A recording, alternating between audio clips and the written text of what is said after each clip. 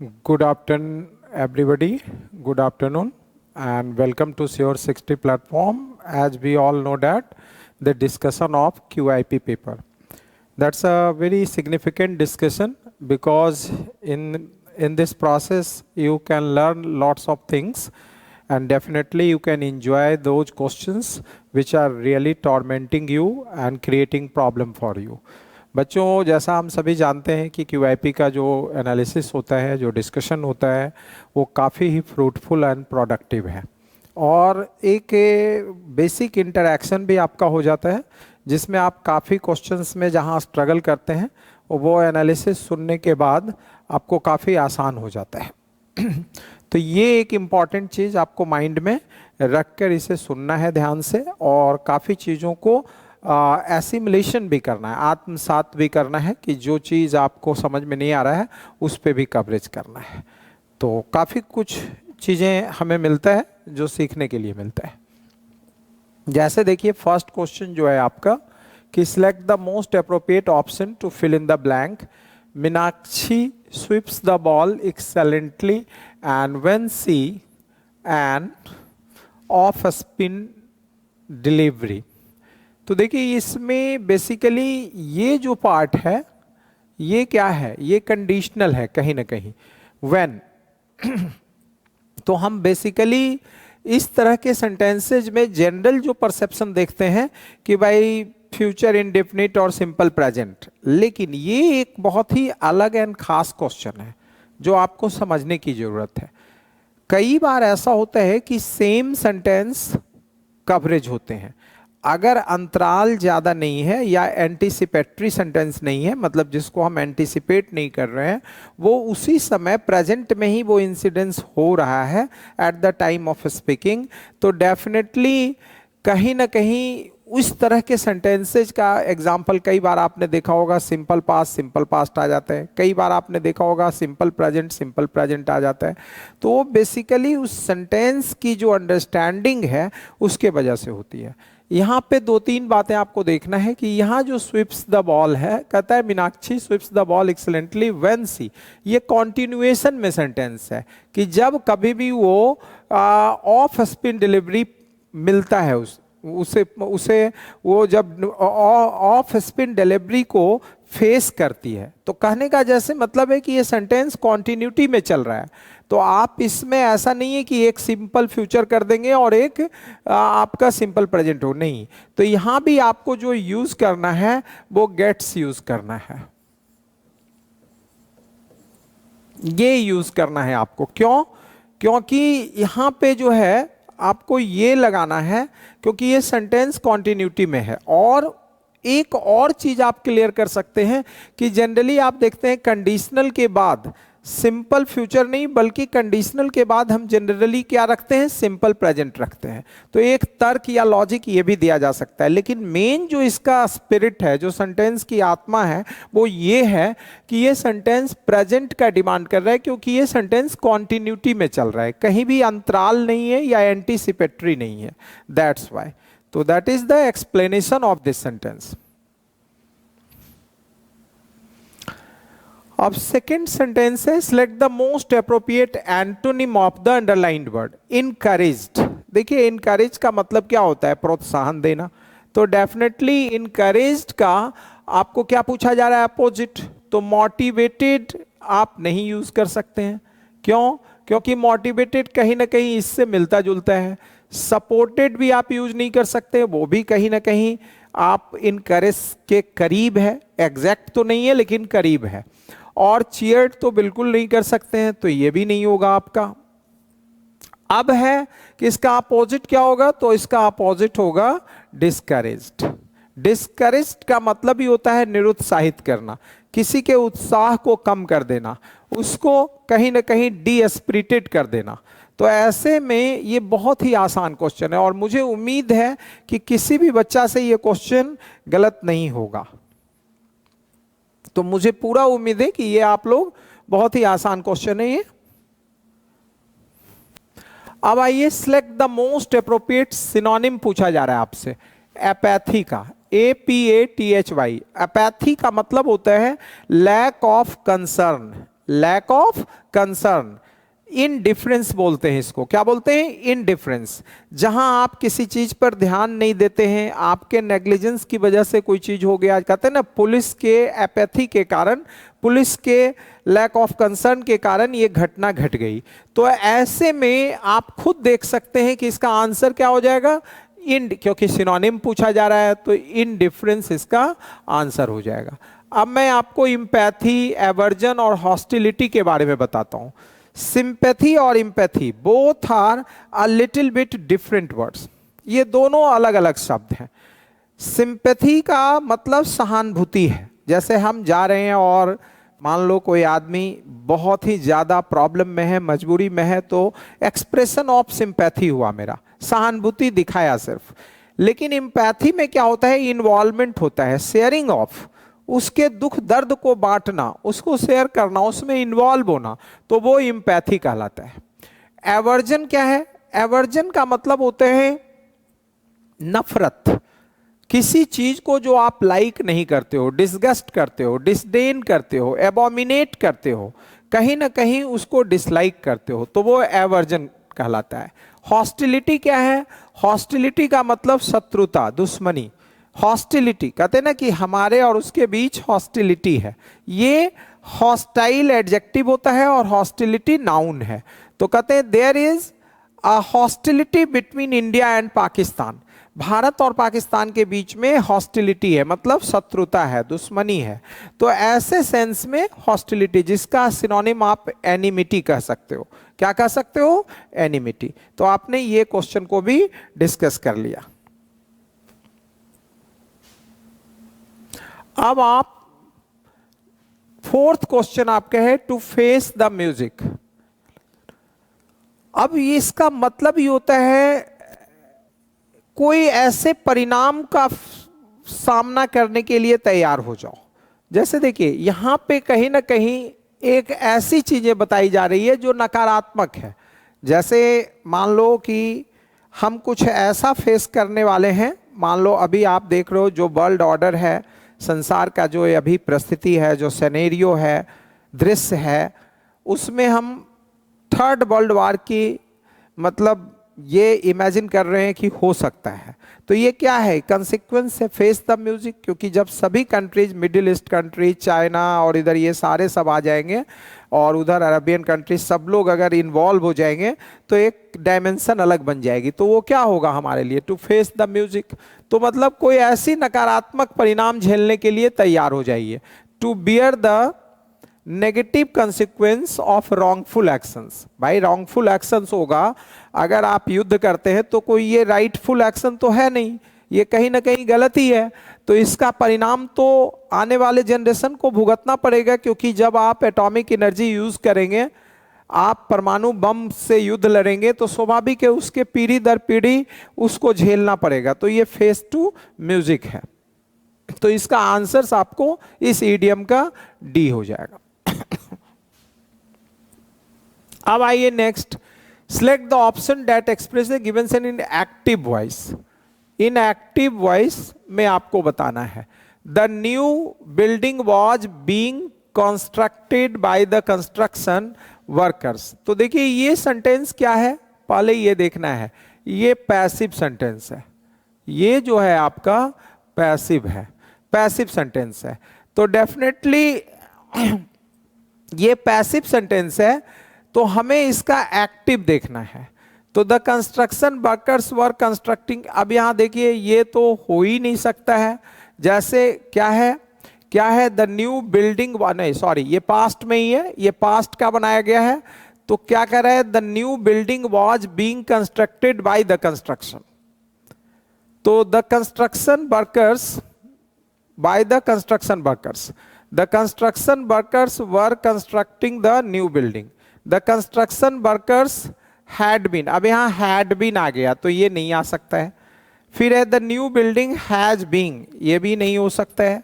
और the new building is being, ये भी नहीं हो सकता है। इसका मतलब ये बिल्कुल सही ऑप्शन दिया है, the construction workers were constructing the new building. और ये सेंटेंस क्या है? ये एक्टिव है, ये आपका एक्टिव सेंटेंस है, तो डेफिनेटली इसका आंसर ए हो जाएगा। अब आप नेक्स्ट देखिए, रैपिड आपसे पूछा जा रहा है कि select the most appropriate option to fill in the blank, rapid may be replaced, जिससे रैपिड को रिप्लेस्ड किया जा सकता है। तो ग्रेजुअल नहीं हो सकता, क्योंकि ग्रेजुअल का मीनिंग क्या होता है, धीमी गति से, स्लोली, तो ग्रेजुअल तो हो ही नहीं सकता है। लेजिटिमेट भी नहीं होगा, क्योंकि लेजिटिमेट का मतलब होता है लॉफुल, कानूनी, वैध जिसे आप कहते हैं। आर्टिस्टिक भी नहीं होगा, कलात्मक होता है। तो इसका आंसर क्या हो जाएगा, स्पीडी। स्पीडी मीन्स तेजी से, रैपिड मीन्स भी तेजी से होता है, और स्पीडी मीन्स भी तेजी, फास्ट, क्विक के सेंस में यूज होता है। तो आपका आंसर स्पीडी हो जाएगा। अब नेक्स्ट क्वेश्चन आपका है जंबल्ड सेंटेंसेस का। जंबल्ड सेंटेंसेस का क्वेश्चन है ये। सबसे पहले देखिए जंबल्ड ऑर्डर का, तो हम यहां पे सबसे फर्स्ट क्या हो सकता है इसका, फर्स्ट। तो देखिए अगर हम ये ही होप टू गेट लेते, नहीं है। He found that the family, यहां से शुरू नहीं कर सकते। He choose the house at short, no. हम यहां से स्टार्टिंग करेंगे। He used to commit one theft a year on average, the stolen money lasted for the year. तो हम ये फर्स्ट ये रख लेंगे हम इसे फर्स्ट में। उसके बाद इसके बाद क्या आ सकता है, फॉर द ईयर, ये समझना है। He used to commit one theft a year on average, the stolen money lasted for the year. अब इस पार्ट को जिसको हमने फर्स्ट रखा है, फर्स्ट हमने ए पार्ट को रखा है, इसको लिंक करना है कि ये सेंटेंस के बाद कौन आना चाहिए।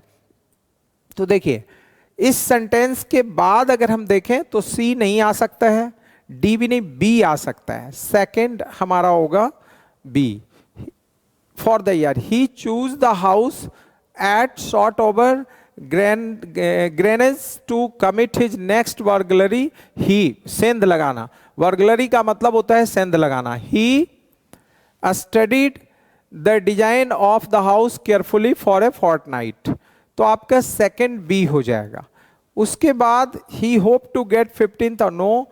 ही फाउंड दैट, क्योंकि इसके बाद जो है हमारा सी हो जाएगा, ए बी उसके बाद सी।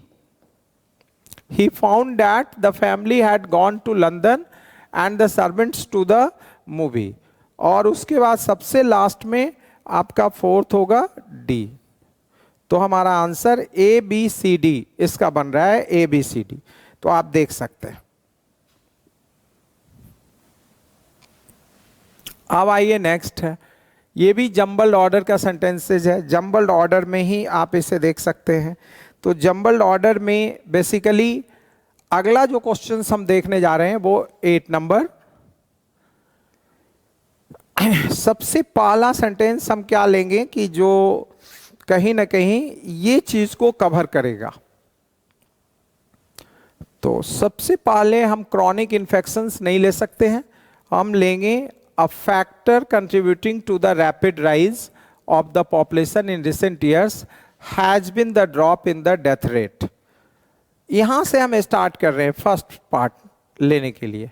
तो हमारा सबसे पहले बी आएगा, उसके बाद जो है सेकंड में हम डी को रखेंगे, और थर्ड में सी को, थर्ड में हम सी को रखेंगे, और सबसे लास्ट में हम फोर्थ में ए को। अब इसे मिलाते हैं, क्या है अ फैक्टर। अब इसके बाद हमने सेकंड रखा rate. In 2001 the death rate, अब यहां देखिए रेट है, तो आप देख सकते हैं कि ये बहुत ही इंपॉर्टेंट वर्ड आ गया आपका। तो यहां पे भी ये कन्विंसिंग सेंटेंस है कि इन 2001 the death rate in India was approximately इतना से इतना। तो आपका ऐसे ही बन जाता है ये बी डी सी ए, बी डी सी ए हो गया इसका। तो आप ये देख सकते हैं कि जब बी डी सी ए होगा तो डेफिनेटली इस तरीके से हम लिंक करते हैं सेंटेंस को। ये नहीं कि उठा के रख दिए, हम यहां से स्टार्टिंग नहीं कर सकते थे, यहां से स्टार्टिंग, क्योंकि यहां पे देखिए इन 2001 पहले ही दे रहा है, जबकि यहां चर्चा किस बात की हो रही है, ए फैक्टर कंट्रीब्यूटिंग की हो रही है जो रैपिड राइज करता है पॉपुलेशन को इन रिसेंट ईयर्स में, हाल के सालों में, जो has been the drop in the death rate, जो डेथ रेट में कमी लाया है। तो अब डेथ रेट से रिलेटेड ये बातें हो गई, तो इसके बाद डी हमने लिया, तो इसलिए आंसर ए हो जाएगा। अब नेक्स्ट है आपका Manisha is a believer of fate. जो फेट क्या होता है? तकदीर, भाग्य। जो भाग्यवादी है, जो भाग्य में, डेस्टिनी में विश्वास करता हो, तो उसे हम मिनिमलिस्ट नहीं कहते हैं, बहुत छोटा सोचने वाला नहीं, यहां फैटलिस्ट होगा। फैटलिस्ट का मतलब होता है भाग्यवादी। सोशलिस्ट क्या हुआ? समाजवादी। कैटलिस्ट जो बहुत तरह के मिक्सचर चीजों को कहते हैं ना, कैटलिस्ट है ये, हर टेस्ट और चॉइस को कवर करता हो, वो कैटलिस्ट कहलाता है। अब select the option that expresses the given sentence in passive voice। तो सबसे पहले है कि doctor Joy's is studying an experiment in his laboratory. ये जो सेंटेंस आपका है ये एक्टिव है, ये आपका एक्टिव सेंटेंस है। तो इसका पैसिव बनाना है, इसका पैसिव बनाना है। तो पैसिव कैसे बनेगा ये ध्यान रखना है। तो देखिए, an experiment is studied by, तो ये यहां पे इज स्टडीड आ गया, तो ये नहीं बन सकता है। क्या कि जो है इज स्टडिंग लिखा हुआ है प्रेजेंट कॉन्टिन्यूअस, तो बीइंग का आना बहुत जरूरी है। वॉज बीइंग आ गया, ये पास्ट आ गया, इसलिए नहीं बनेगा ये। An experiment is being studied by ये, तो डेफिनेटली आपका आंसर सी हो जाएगा, क्योंकि जो है is studying an experiment in his laboratory. D क्यों नहीं होगा? क्योंकि यहां हैज बीन आ गया, इसलिए डी नहीं आएगा, क्योंकि प्रेजेंट कॉन्टिन्यूअस का सेंटेंस था। तो इसका पैसिव जब भी बनेगा तो इज आर एम बीइंग करके ही बनेगा अकॉर्डिंग टू द सब्जेक्ट, तो इसलिए आपको ये करना था। अब नेक्स्ट जो है आपका क्या दिया है आपको, ये देखना है कि parts of the following sentence have been given as option, one of them may contain an error, select the part that contains no error। you can fool some of the people, you can fool some of the people all the time and all the people some of the time, but you cannot fool all the people all the time। देखिए, सबसे पहले मैं इसमें discussion कर देता हूं, क्योंकि इसका ना पूरा मैंने सॉल्यूशन में इसका पूरा नोट मेकिंग कर दिया है, तो आप उसमें देख भी सकते हैं, लेकिन फिर भी मैं इसे एक्सप्लेन कर देता हूं, बहुत सारी चीजें आपको सीखने को मिलेगा। FOOL फूल जो होता है वो नाउन भी है और वर्ब भी है। मतलब फूल से हम नाउन के रूप में भी देखते हैं और वर्ब के रूप में भी। और फुलिश जो होता है वो एडजेक्टिव होता है। फुलिश क्या है? एडजेक्टिव। तो इसमें 2-3 क्वेश्चंस बनता है। अगर आपने लिख दिया ही इज फुल तो ये गलत हो जाएगा, क्योंकि फुल सिंगुलर नाउन है, तो यहाँ पे ए लगाना कंपलसरी है। और अगर आपने लिख दिया फुल मैन तब भी गलत है, क्योंकि फुल ऑलरेडी नाउन है, तो मैन आप नहीं लिख सकते, या बॉय या कुछ भी नाउन अदर नहीं लिख सकते आप। अगर आपने लिख दिया ही इज अ फुलिश, अगर आपने लिख दिया ही इज अ फुलिश तब भी गलत है। क्यों? क्योंकि फुलिश एडजेक्टिव है, और अगर सेंटेंस में सिर्फ एडजेक्टिव हो तो आप उसके साथ आर्टिकल का यूज नहीं करते हैं। तो डेफिनेटली इस तरह से इसको एक्सप्लेन किया जाए। तो अब इस सेंटेंस को देखिए, you can fool some of the people, तो फूल यहां एज अ वर्ब यूज हो रहा है, क्योंकि कैन क्या है? मॉडल वर्ब, और फूल क्या है? Main verb. तो some of all the time and all the people some of the time, एक तरह का ये स्टेटमेंट है, बहुत जगह ये लिखा हुआ मिलता है, इसलिए इस सेंटेंस में कोई भी एरर नहीं है। और एरर नहीं होने का कारण सबसे बड़ा क्या है? फूल, क्योंकि फूल का जो बेसिक फंडा है वो यहां मैं लिख देता हूं, ये वर्ब के रूप में यहां पे काम कर रहा है। किस रूप में काम कर रहा है? वर्ब के रूप में। जबकि फूल क्या होता है? नाउन भी होता है, लेकिन यहां पे ये एज अ वर्ब, क्योंकि कैन क्या है? मॉडल वर्ब, ऑक्सिलरी वर्ब, और फूल क्या है? मेन वर्ब, इसलिए इस सेंटेंस में कोई भी एरर नहीं है। अब आप नेक्स्ट क्वेश्चन पे आएंगे कि नेक्स्ट क्वेश्चन आपका है a financial inclusion, a financial inclusion program called the prime minister. तो देखिए, ये बेसिकली नहीं होगा स्टार्टिंग हमारा, स्टार्टिंग जो हमारा होगा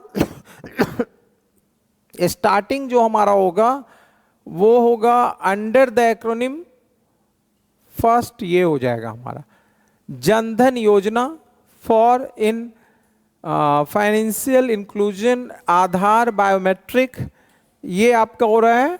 और identification and mobile telecommunication, India is on the verge of A social revolution. तो आपका सबसे फर्स्ट होगा सी पार्ट, उसके बाद जो है आपका ए पार्ट देयर आर, सी के बाद सेकंड में आप ए को रखिए, ये। तो जहां भी देखिए इसमें और कोई ऑप्शन नहीं है, सिर्फ ये ऑप्शन है, तो आपका आंसर यही निकल जाता है। तो आप इससे भी कभी कभी क्या होता है कि ऑप्शंस में ज्यादा टाइम कंज्यूम ना हो आपका, तो सिंपली एक या दो पकड़ में आ जाता है, तो वो ऑप्शन में और दूसरे ऑप्शन में नहीं रहने के कारण आप आसानी से ऐसे क्वेश्चन में आगे बढ़ सकते हैं। तो यहां देखिए क्योंकि सी एक ही ऑप्शन में और सी का होना कंपलसरी है, तो सी से स्टार्टिंग हो रहा है, तो सी बाकी में है ही नहीं, तो आपका आंसर सी हो जाएगा। अब नेक्स्ट जो है आपका select the most appropriate select the most appropriate synonym of the given word। अब diligent, देखिए diligent का कई मीनिंग होते हैं। diligent का मतलब इंटेलिजेंट भी है, हार्ड वर्किंग भी है, केयरफुल भी है, कॉशस भी है।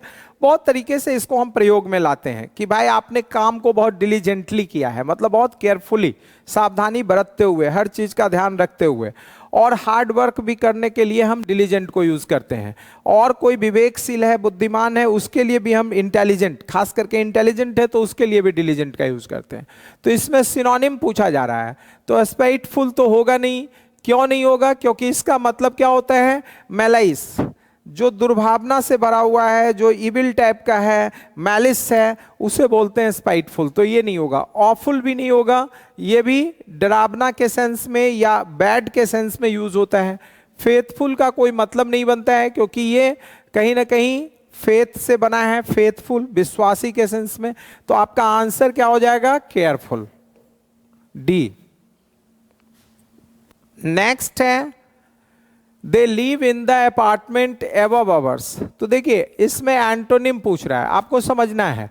अगर आप एबव का अपोजिट जानना चाहते हैं तो एबव का अपोजिट हमेशा क्या होता है? बिलो। विलो हो जाएगा इसका अपोजिट। आफ्टर का अपोजिट क्या होगा? बिफोर। अपवर्ड का अपोजिट क्या होगा? डाउनवर्ड। एंड ओवर का अपोजिट क्या होगा? अंडर। तो कहीं ना कहीं इसका जो आंसर है वो क्या है? बिलो। एबव का अपोजिट बिलो के सेंस में होगा। नेक्स्ट, ये क्वेश्चन है कि the summit was steep and we were panting by the time we reach the top. देखिए इसमें थोड़ा सा हल्का सा मिस्टेक है, यहां मैं इसको सही कर देता हूं।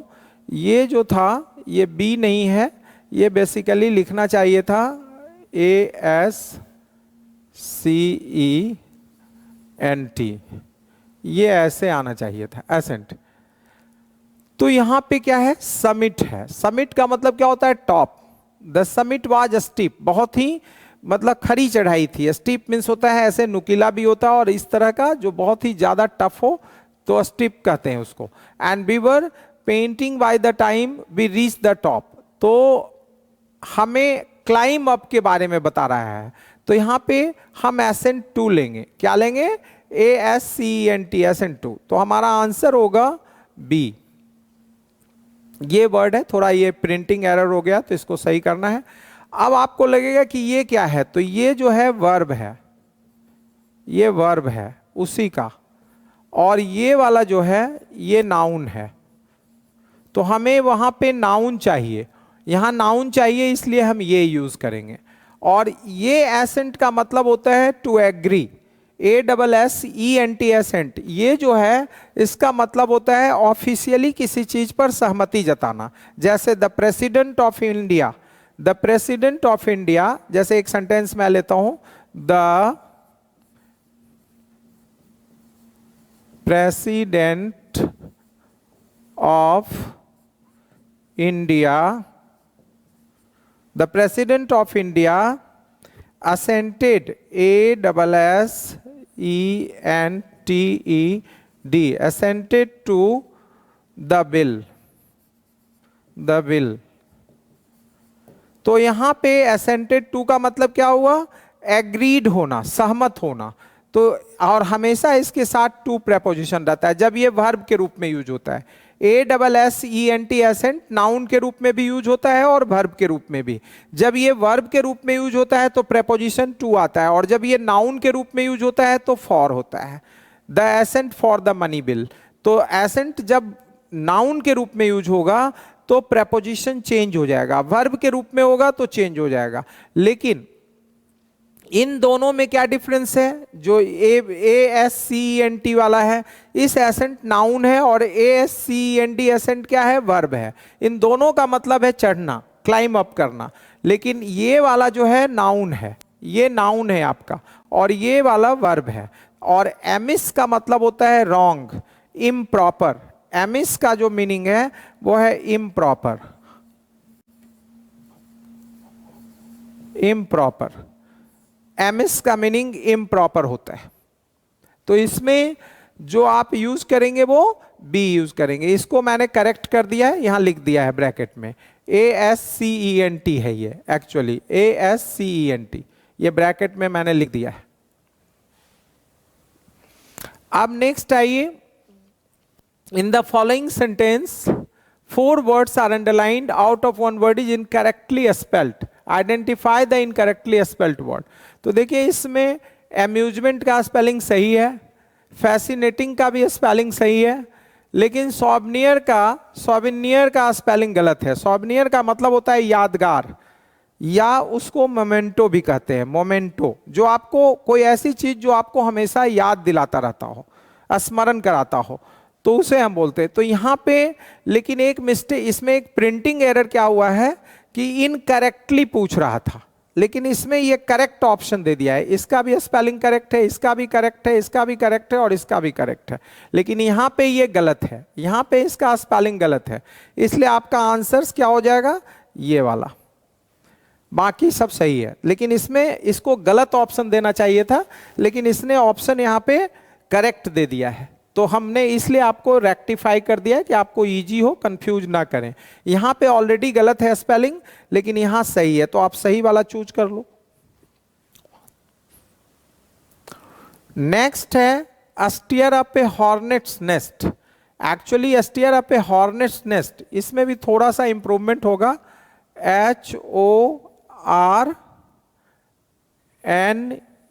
HORNEST, उसके बाद अपोस्ट्रोफी आएगा इसमें, हॉर्नेस्ट लिखा जाता है, हॉर्नेस्ट नेस्ट ऐसे लिखा जाता है, ये ऐसे लिखा जाएगा ये। तो ये थोड़ा सा आप इंप्रूव कर लेंगे। ये जो है मैं थोड़ा ठीक से लिख देता हूं, ये थोड़ा ना HORNET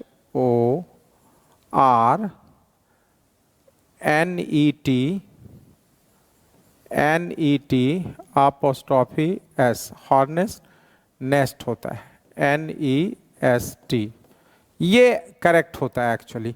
यहाँ पे थोड़ा सा इसको सही करना है आपको। हॉर्नेट्स नेस्ट होता है, इसका मतलब होता है सिंह के मांद में हाथ डाल देना, किसी के सिंह के घोंसला में हाथ डाल देना, उसके मांद में हाथ डाला, मतलब समस्या को बुलावा देना, कहीं ना कहीं प्रोवोक द ट्रबल और डिफिकल्टी को क्रिएट करना।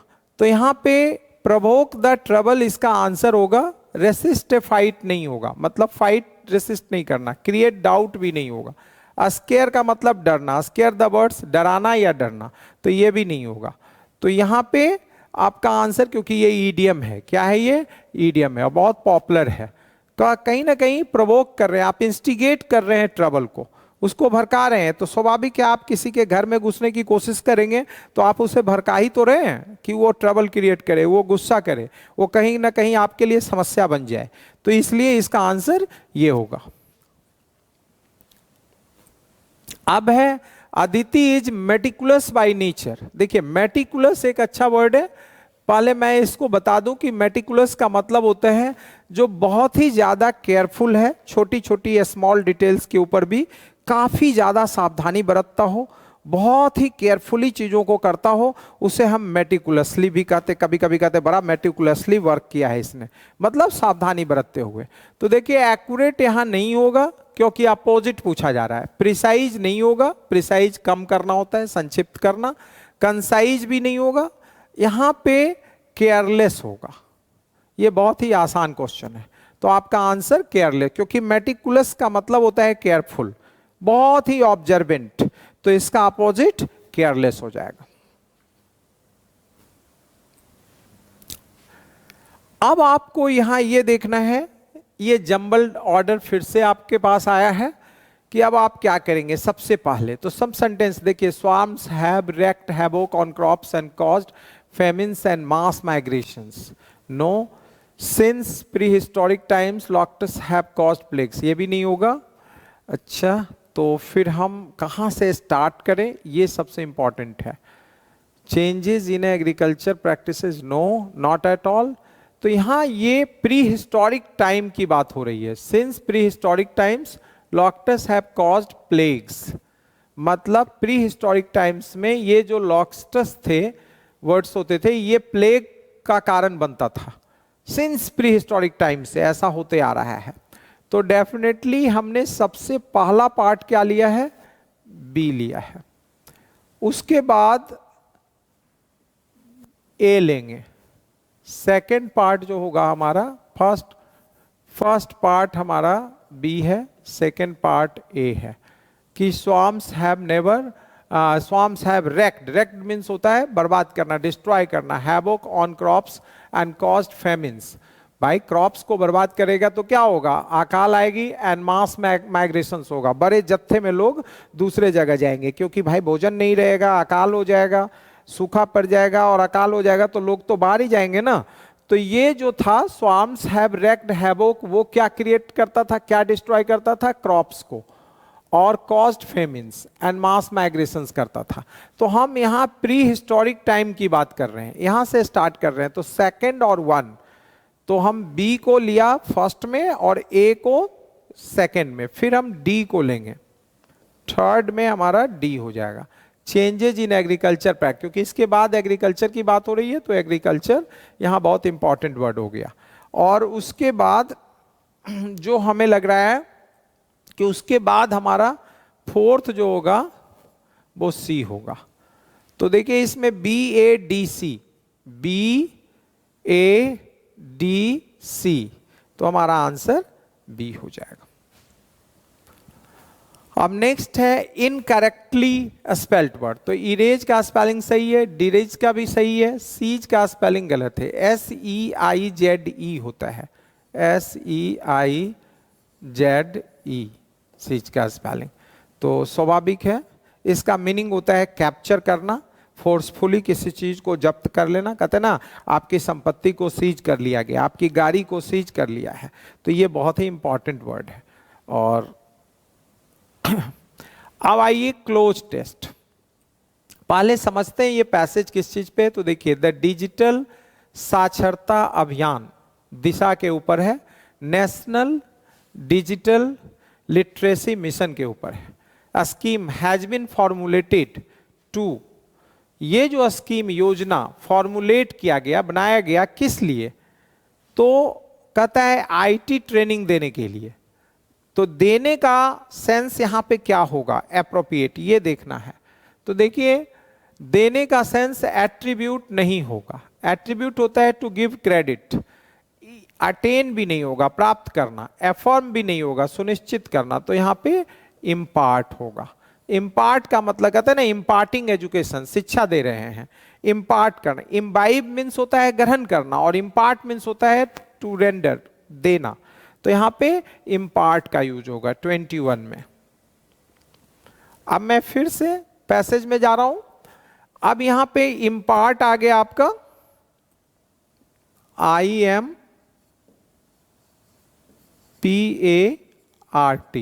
Impart, A training, lakh persons including anganwadi and Asha workers and authorised ration dealers in all the state the country. अब यहां देखिए सेकंड में क्या आएगा, ये देखना है ऑप्शन में हमें कि सेकंड में क्या आएगा। तो देखिए अमंग नहीं आ सकता है, across the country. Across the country, across का मतलब होता है all parts, in each and every parts of India, in each and every part, क्योंकि ईच और एवरी के साथ पार्ट्स नहीं, पार्ट होता है। तो डेफिनेटली यहाँ पे अक्रॉस आएगा, बिटवीन नहीं हो सकता है, दो के लिए होता है, विद इन होता है, के अंदर, अमंग होता है, के बीच में। तो यहाँ पे अक्रॉस की बात किया जा रहा है, मतलब ऑल पार्ट्स की बात की जा रही है। तो यहाँ पे हमारा जो होगा अक्रॉस आ जाएगा। यहाँ पे हम यूज करेंगे ACROSS, अक्रॉस यूज करेंगे। तो देखिए सेकंड में हमने क्या ACROSS अक्रॉस यूज किया। अब फिर से हम पैसेज में जाएंगे। The country so that the non-IIT literate citizens are to become IT literate, are to become IT literate। तो अब इसमें ऑप्शंस में देखते हैं कि अक्रॉस के बाद क्या हो सकता है। तो इंक्लूडेड नहीं हो सकता है, मेड भी नहीं होगा, क्योंकि इंक्लूडेड मीन्स होता है शामिल करना, मेड बनाना, ऑर्डर्ड आज्ञा देना। तो ट्रेंड होगा।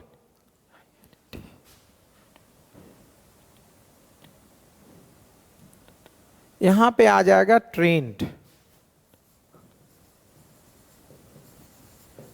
ट्रेंड आ जाएगा।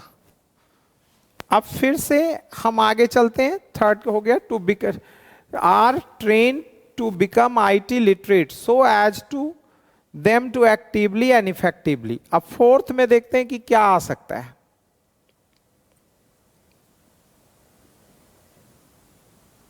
इनेबल, इनएक्ट नहीं हो सकता है, इनएक्ट मीन्स होता है लागू करना, इंप्लीमेंट करना। एबल सक्षम होता है।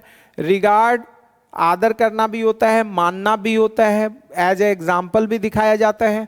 तो यहां पे हम इनेबल का प्रयोग करेंगे। इनेबल मीन्स सक्षम बनाना।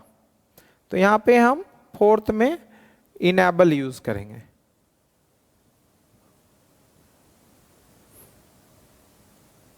इनेबल,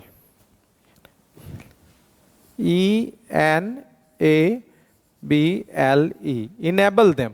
देखिए to become IT literate so as to, इसलिए कि उनको सक्षम बनाना है वे सबको एक्टिवली एंड इफेक्टिवली, सक्रिय रूप से और प्रभावकारी ढंग से। इस एक्टिवली एक्टिव, तो यहां पे इनेबल का ENABLE इनेबल का प्रयोग करेंगे आप। अब लास्ट सेंटेंस में देखते हैं, participate in the democratic and developmental process and also. अब इसमें देखते हैं कि क्या हो सकता है ऑप्शंस।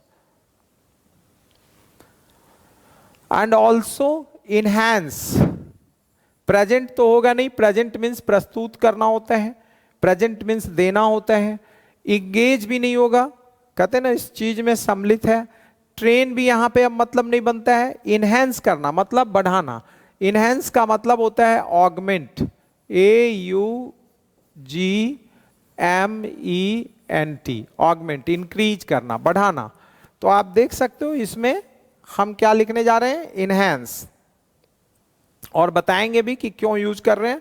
देखिए एक्टिवली एंड इफेक्टिवली, उसके बाद कहता है participate in the democratic and developmental process and also enhance, ENHANCE, enhance their livelihood, अपनी जीविका को बढ़ाना, ऑगमेंट करना, अपनी जीविका को इनहैंस करने के लिए। तो यहां पे इनहैंस की बात हो रही है। तो यहां पे इनहैंस मतलब बढ़ाना, बाकी कोई ऑप्शन इस कंटेक्स्ट में नहीं मिलता है। So guys that's all about the entire discussion of QIP and I hope that all of you must have enjoyed a lot in the entire process of discussion. Definitely, because lots of things, I know that most of the guys sometimes just like have done lots of questions in very correct way, but sometimes you face difficulty and confusion. For that purpose, Assure 60 platform is a really profitable and definitely what? Beneficial, because the profitable word is not correct used here. Beneficial for you, fruitful for you, highly productive, because you can dispel and remove your doubts also and confusion also. That's why it's a very important to keep in mind. बच्चों मैं ये बताना चाहता हूं कि देखिए ये जो डिस्कशन है, इस अगर आप इसको देखते हो तो इसका लाभ क्या मिलता है कि जो आप सोच रहे थे क्वेश्चन का जवाब या जो भी आंसर आपने टिक किया है, उससे कहीं ना कहीं अगर आपके क्वेश्चन का आंसर गलत हो गया है और जो डिस्कशन में आपने पाया, तो वो चीज़ आपका इन्हेंसमेंट ऑफ नॉलेज भी करता है, आपका ज्ञान बढ़ाता है और अदर क्वेश्चन पूछने के लिए आपको तैयार करता है। तो इसलिए डेफिनेटली इस चीज़ का फ़ायदा, इस अपॉर्चुनिटी का फ़ायदा आपको उठाना चाहिए और ज़्यादा से ज़्यादा संख्या में पार्टिसिपेट करके और इसका कहीं ना कहीं एक डिफरेंस देखना चाहिए कि क्या हमने डिस्कशन सुना तो क्या हमारे स्कोर में वृद्धि हो रही है कि नहीं, सर जो कह रहे हैं वो कितना सही है कि नहीं। ये कब आपको पता चलेगा? जब आप प्रैग्मेटिक होंगे, जब आप प्रैक्टिकल होंगे। आइडियलिस्टिक होंगे तो नहीं पता चलेगा, जब तक आप प्रैग्मेटिक नहीं होंगे आपको ये पता नहीं चलेगा। तो मैं आप लोगों से ये उम्मीद करता हूं, क्योंकि आप सभी प्रॉमिसिंग स्टूडेंट्स हैं, बहुत हार्ड वर्किंग हैं और कहीं ना कहीं एक अपनी एफिशिएंसी लेवल को बरकरार रखने के लिए इस तरह के रूटीन के वाले चीज़ों को जरूर करना चाहिए। तो I hope that you must have heard lots of things on my side, and now the time has come to implement those things. Thank you very much for participating in discussion. Thank you.